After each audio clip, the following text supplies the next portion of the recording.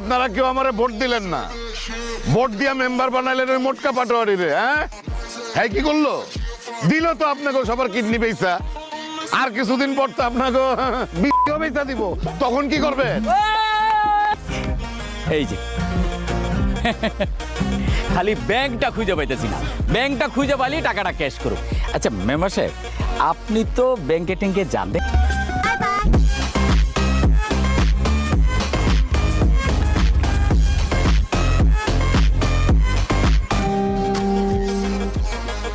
আল্লাহ, এটা কি হইলো?